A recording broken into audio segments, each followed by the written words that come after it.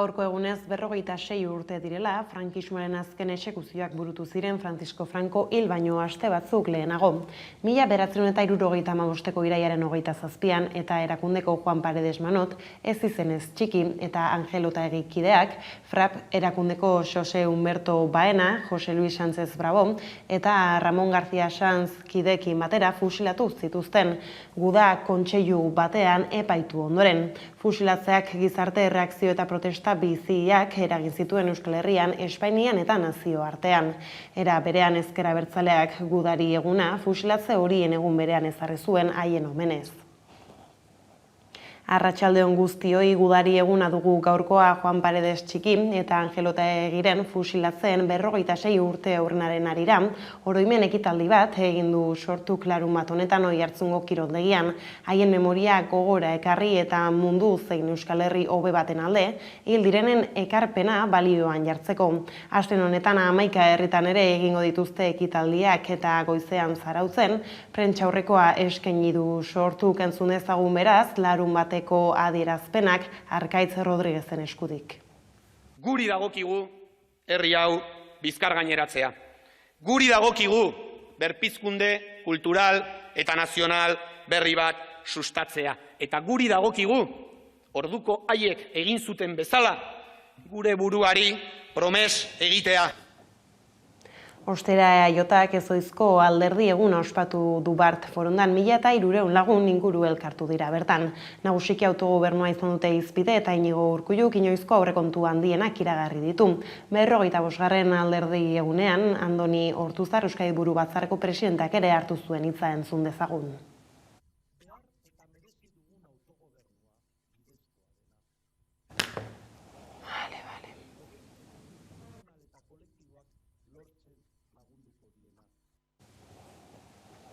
Aldiz nazioartetik datozen lerro buruei so, SPDek irabazi ditu Alemaniako hauteskundeak puntu batez. Hauteskundeek ez dute argitu nork aginduko duen Alemanian datozen urteetan, izan ere emaitzak oso estuak izan dira. SPD alderdi sozialdemokratak botoen 25,7 eskuratu ditu eta CDU-CSU demokristauak 24,4 bat. Alemaniak bozketa sistema bikoitza du eta horren ondorioz, Bundestageko 730 eserlekuetatik 206 lortuko dituzte sozialdemokratek eta 196 Merkelen bazkideek. Parte hartze handia izan da botua eman zezaketen 76,6 bozkatu baitute. Bestadetik bere ideiak defendatzen jarraituko duela berretsi du Puigdemonten Algeron. Jai giroan igaro zuten atzo eguna Sardiniako Algero hirian bezperako tentsioa eta protestak haztuta garaipen usainaz den nagusi hirian. Espainiako Auzitegi Gorenak haren aurka zabaldutako auzia oraindik argitzeke dagoen arren, aske da Carles Puigdemont presidente ohia. Ez du zertan Sardinian geratu, Sasariko helegite auzitegiak ez baitzuen arrazoirik ikusiaren askatasunari inolako baldintzarik ezartzeko soilik eskatu zion urriaren 4an uhartera itzultzeko deklaratzera. Eta Afrika iparraldean La Palman, Tazakorte herriko 4 gune konfinatu dituzte Laba itsasora heltzea ardela eta asteburuan suspertu eginda Kumbre Bijasumendia eta La Kolada itsasora noiz iritsiko zain daude La Palman. Labaren mingaina kostaldetik bat 6 kilometrotara dago eta arinago ari da mugitzen. Gurera bueltan berriz talde bortxaketa bat salatu dute Bilbon adin ertaineko emakume batek salatu duenez, hainbat gizonezkok drogatu eta bortxatu egin zuten 7 kaletatik gertuko etxebizitza batean. Ostiral gauean gertatu ziren emakumezko batek ertzaintzaren aurrean salatutakoak, gertaera ikertzen ari da ertzaintza. Alaxe ekin diogu albisteari 46 urte dira frankismoaren azken exekuzioak burutu zirela gudari eguna du gaur ezker abertzaleak, Juan Paredes txiki eta Angel Otaegiren memoria gogora ekarri eta mundu zein Euskal Herri hobe baten alde hil direnen ekarpena balioan jartzeko. Jon Paredes txiki eta Angel Otaegi omendu dituzte Zarauzko hilerrian fusilamenduen 46. urteurrenean. 1975ko iraiaren 27an diktadura frankistak etako 2 militante horiek eta frapeko 3 kide hil zituen. Frankismo garaiko azken fusilatuak izan ziren eta heriotzen urteurrenean oroimen ekitaldia egin zuen Sortuk larunbatean Oiartzunen. Haien memoria gogora ekarri eta mundu zein Euskal Herri hobe baten alde hil direnen ekarpena balioan jartzeko. Arkaitz Rodriguez Sortuko idazkari nagusiak hartu zuen hitza eta injustizien aurkako borroken zilegitasuna eta beharra defendatu zuen. Rodriguezen esanetan Txiki eta Otaegi militante antifasistak ziren. Europan izan den diktadura faxista odoltsuenetako baten aurka borrokatu ziren. Europako edozen herrialdetan omenaldi instituzionalak egingo zizkieten, aitzitik Espainiar estatuan haien memoria jazartzen dutela, kriminalizatzen dutela adierazi zuen Sortuko idazkari nagusiak. Bestalde duela 60 urte belaunaldi oso batek frankismo betean ikastolak, kooperatibak edo helduak alfabetatzeko eskolak martxan jartzeko gai izan ziren bezala, berpizkunde kultural eta nazional bat abiatzera deitu du alderdi subiranistak. Bide horretan Sortuk espetxean, erbestean eta deportazioan diren kide guztiak etxera ekarri arte ez duela etxiko azaldu zuen Rodriguezek. Guri dagokigu herri hau bizkar gaineratzea. Guri dagokigu berpizkunde kultural eta nazional berri bat sustatzea. Eta guri dagokigu, orduko haiek egin zuten bezala, gure buruari promes egitea. Eta gogoratu du zutik dirauela, era berean Euskal Estatu independente, sozialista, feminista eta euskaldun bat eraikitzaren aldeko konpromisoak. Bien bitartean Ipar Euskal Herriko Ezkerra Abertzaleak Baionan egin zuen atzo gudari eguna, memoria ibilaldi batekin eta atzoko gaurko eta biharko borroka balioesteko ekitaldi politiko batekin. Ibilbidean zehar parte hartzaileek borrokan eroritako militanteak desagertuak eta estatu terrorismoaren biktima komendu zituzten. Irribarrea aurrez aurre zituen etzaia. Aldiz, EAJak ezoiko alderdi eguna ospatu du bart. Forondan 1300 lagun inguru elkartu dira, nagusiki autogobernua izan dute hizpide eta Iñigo Urkulluk inoizko aurrekontu handienak iragarri ditu bertan.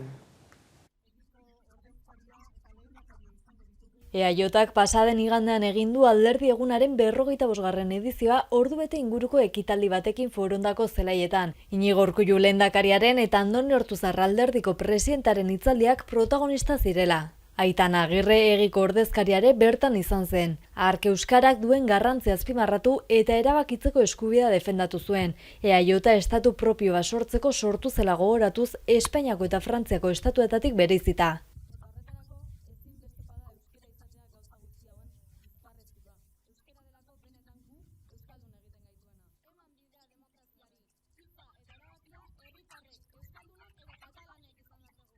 Iñigo Urkullu lehendakariak ordea ez zuen erabakitzeko eskubidea aipatu. Urkulluk pandemia kudeatzeko zailtasuna azpimarratu zuen.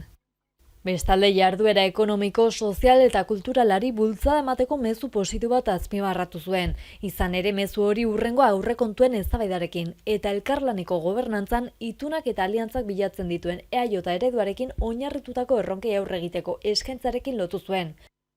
Andoni Ortuzar Euskadi Buru Batzarreko presidenteak ekitaldia itxi zuen. Autogobernuari dagokionez, datozen hilabetetan EAJak zein norabide hartuko duen ikusteko ikusmin handia dagoela azpimarratu zuen. Alderdi jeltzalearen apustua zehaztu zuenez, autogobernuaren kuotaren aldekoa da, gizarte eta herri gisa helburuak lortzea ahalbidetuko duena.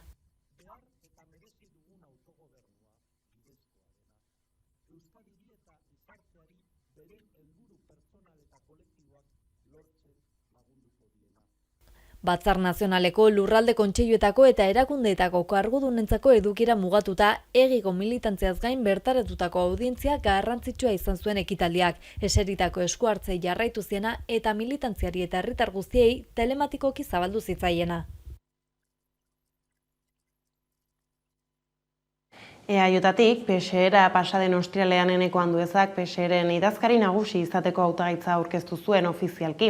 Eta gaur, Soraya Morlaren txanda izan da 2017an PSOeko primarioetan Pedro Sánchezen aldea agertutako kideek osatuko dute haren taldea. Bada gurean gaur magazinean Alberto Alonso PSeko legebiltzarkidea izan dugu gonbidatu nagusi gisa eta alderdi sozialistan aurki emango den aldaketa zaritu da. Lehenengo esan behar dudana da eskertu. Idoiak egin duen lana, ez? Bere eskuru zabaltasuna, 7 urte oso gogorrak izan dira, eta berak eduki du lidergo hori eta aurrera botatzeko indar hori, nik 7 horiek berarekin egon naiz ekipoan, eta ni oso harro nago 7 urte hauetaz, ez?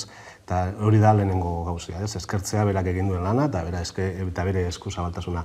Gero beste aldetik, nik uste dut gaur egungo sozialismoaren denbora beste denbora bat dela, laisaiagoak daudela, egin beharreko aldaketa guztiak egin ditugula, barruko aldaketa guztiak egin ditugula, eta nik uste dut enekok aurkezten dituen oportunitate berriak, ilusionagarriak direla, ez? Eta, hori da nire ikuspuntua, ez? Nik uste dut enekok edukiko duela bere denbora berria eta sozialismoarentzako nahi izango dela. Ekonomia arloko gaiei heltzeko berriz, Zaiara de Urreta dugu Bilbon. Izan ere, pentsiodunak Bruselara martxa prestatzen ari dira. Euskal Herriko pentsiodunen mugimenduko eta estatuko gainerako herrietako plataformetako ordezkaritza batek, bilerak egingo baititu bertan. Harremanak izango dituzte Europako Parlamentuaren egoitzetan, joera politiko ezberdinetako europarlamentari talde hainbatekin eta enplegu eta gizarte politikako batzordearekin. Hego Euskal Herriko pentsiodunen mugimendua Bruselarantza abiatuko da gaur arratsaldez autobusez.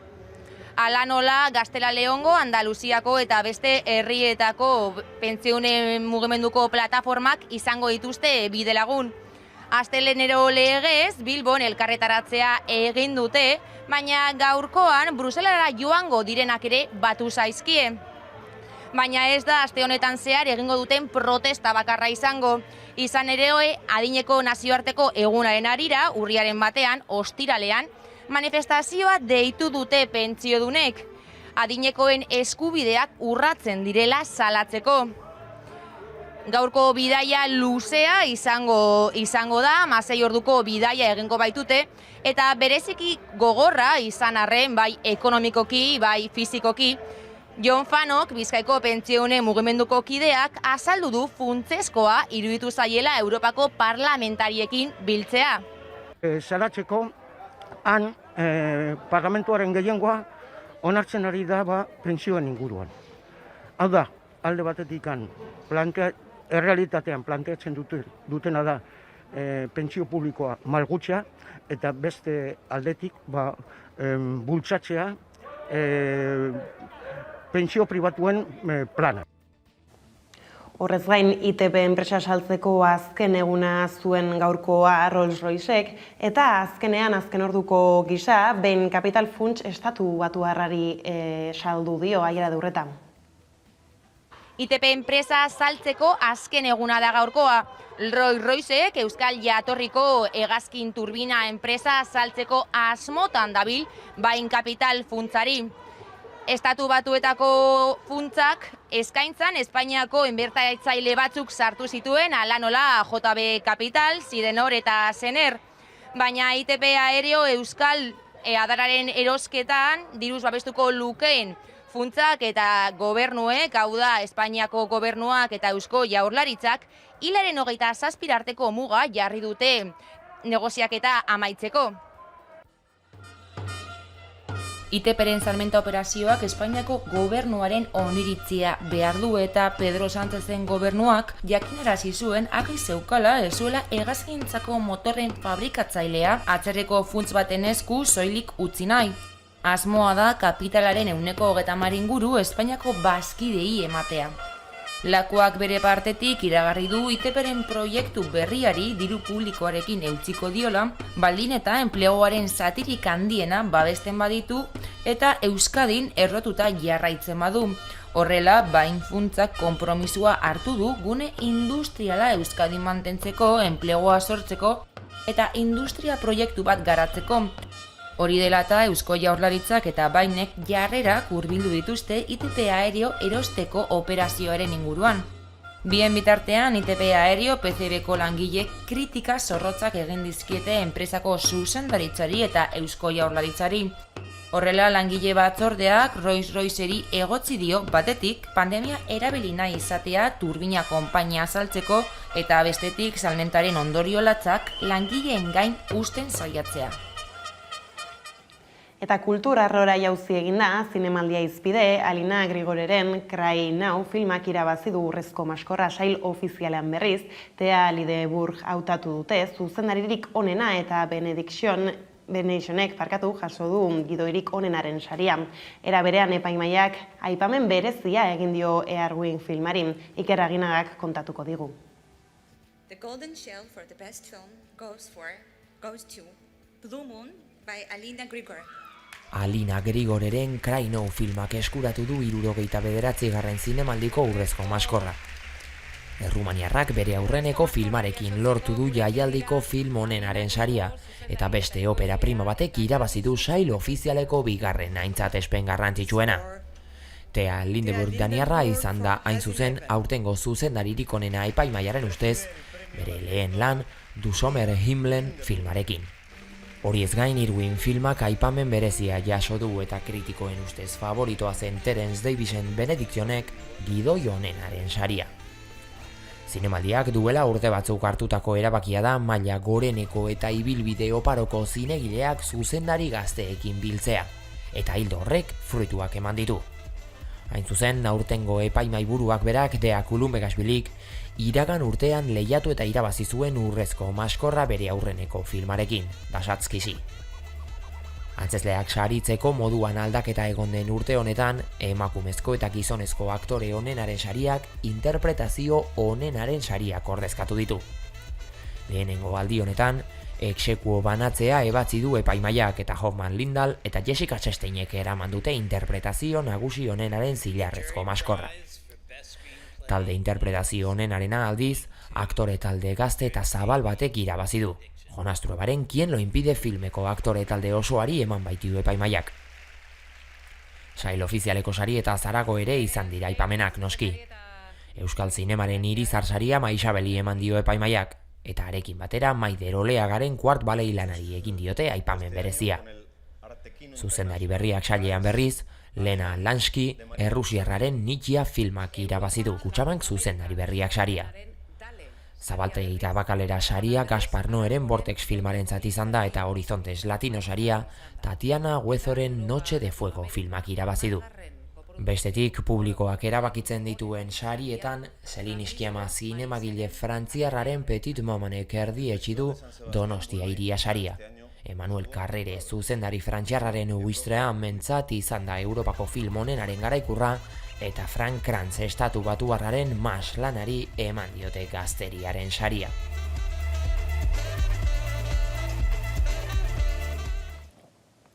Bestalde, Nafarroako 8 udalerritan ospatuko da aurten Anaim Club Fest bertako musika taldeak eta aretoak sustatzeko ekimena. Jaialdiaren 2. edizioa Nafarroako gobernuak, udalerrien federazioak eta musika eszenaren antolakundeak prestatu dute, eta formatuak zein jende mugak egoera epidemiologikoaren araberakoak izango dira. 2. urtez musika eszena indartuko du Nafarroak Anaim Club Fest jaialdiarekin. Iazko edizioak 500.000 eurotik gorako itzulera ekonomikoa ekarri zuen Foru Erkidegoko musika talde eta aretoetara, eta gainera iaz izan zen Nafarroa kontzertuak antolatzen lehendabiziko lurraldetako bat. Aurtengo edizioak helburua du bertako musika talde eta aretoak gehiago sustatzea, eta horregatik besteak bestea Tarrabiako Totem aretoan Nafarroako 12 taldek joko dute udazken eta neguan zehar. Aurten ere, urriaren 7tik martxoaren 31 bitarte, 36 taldek joko dute Nafarroaren luze eta zabalean, formatuak zein jende kopuruak egoera epidemiologikoaren araberakoak izango dira.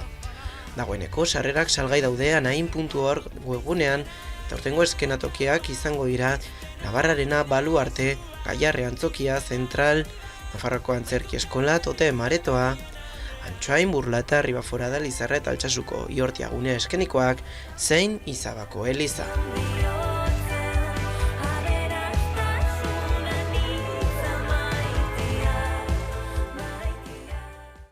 Nazio artean egun nahasia dute Alemanian hauteskunde emaitza ez baita nahikoa datornari traza hartzeko.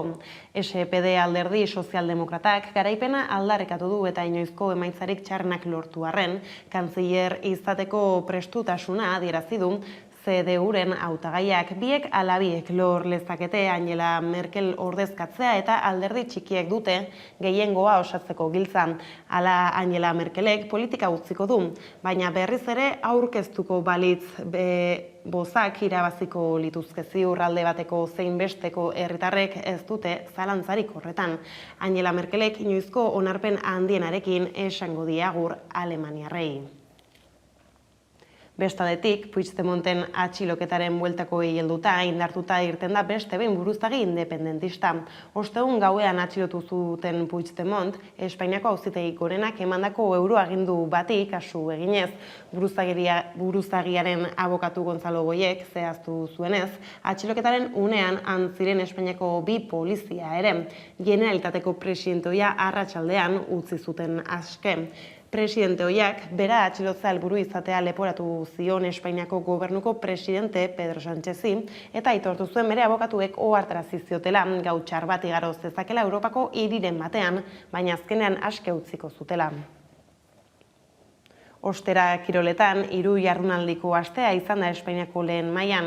Jokoan izan diren 6 puntuetatik 4 eskuratu ditu Realak eta 3 Osasunak. Bada bi taldeek ondo amaitu gura izan dute astea txuri urdinek, sartu dute mendean Anoetan, Oiartzabalen gol bati esker eta Osasunak 3 puntuak lortu ditu Mallorcan. Partida zoro batean Josu Ganuza kontatuko digu azken hau. Garaipena eraman dute Taxoarera Osasunaren emakume eta gizonen lehen taldeek. Neskek Errioxan Pradejon garaitu zuten nagusitasunez, eta gizonek aldiz Mallorcan irabazi zuten azkeneko minutuetan Javi Martinezek erdietxetako golari esker. Iago Barrasatek zuzendutako taldeak 2 eta 3 hartu zuen mendean Mallorcan joan etorri askotako partiduan. Aurrea gorritxoek hartu zuten 8. minutuan Koteren golari esker, baina laster berdindu zuten partidua baleartarrek. Lehen zatiaren amaieran, 2 eta batekoa sartu zuen Mallorcak. Bigarren zatian partiduaren kontrol hartu zuten gorritxoek eta 60. minutua pasata berdindu zuen maisuki falta jaurtik eta bidez Iñigo Perezek markagailua. Azkeneko minutuetan luzapenaren aurretik Javi Martinezek arrobiko sorietarrak 2 eta 3koa lortu zuen. Bueno, oso gustora ez, nik uste dute garaipen garrantzitsua lagutzako, galtzetik entosen eta gora bera hondiko partido bat izan da, eta akatzak egin dugu bai, baina taldik fedi badauke azken arte saiatuga, eta nik uste dute badauzela gauzak hobetzeko, baina balore asko moten dut gaurko garaipena iz, asti izten dugu 3 partidoko astea 6 puntukin, eta konfiantzen mongo eskurrengo partidurako. Nesken taldeak aldiz, euren nagusitasuna erakutsi zuen Pradejonen aurkan naiz eta asko sufritu zuen. Bilariñok eta Patricio Gastik sartu zituzten gola.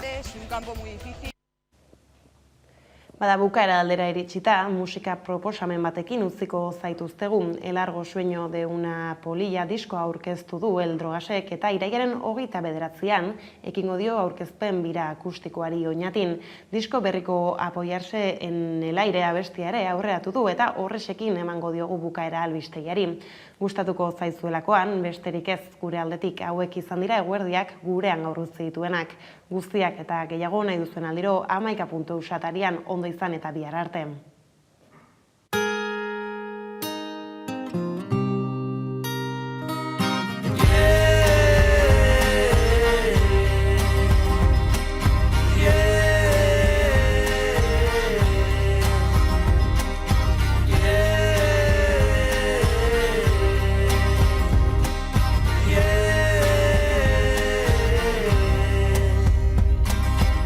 Cada mañana es una nueva sirena que llama de urgencia al grito de buscar el sitio en la cola de los pasos perdidos, a buscar esa manera de sobrevolar.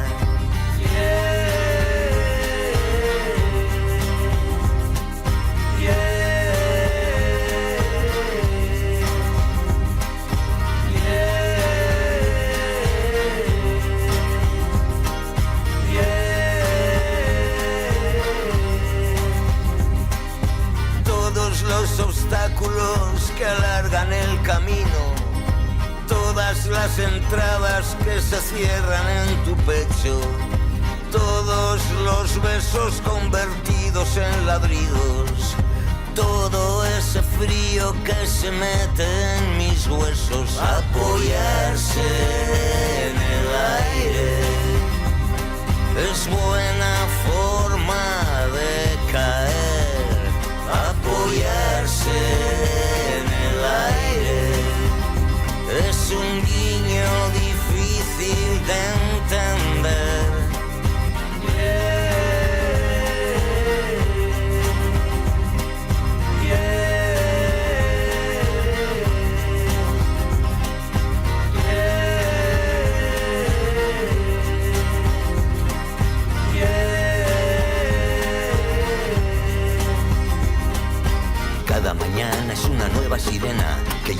urgencia, el grito de buscar el sitio en la cola de los pasos perdidos, a buscar esa manera de sobrevolar todos los obstáculos que alargan el camino, todas las entradas que se cierran en tu pecho, todos los besos convertidos en ladridos, todo ese frío, apoyarse en el aire es buena forma de caer, apoyarse en el aire es un guiño difícil de entender, apoyarse en el aire es buena forma de caer, apoyarse en el aire es un guiño difícil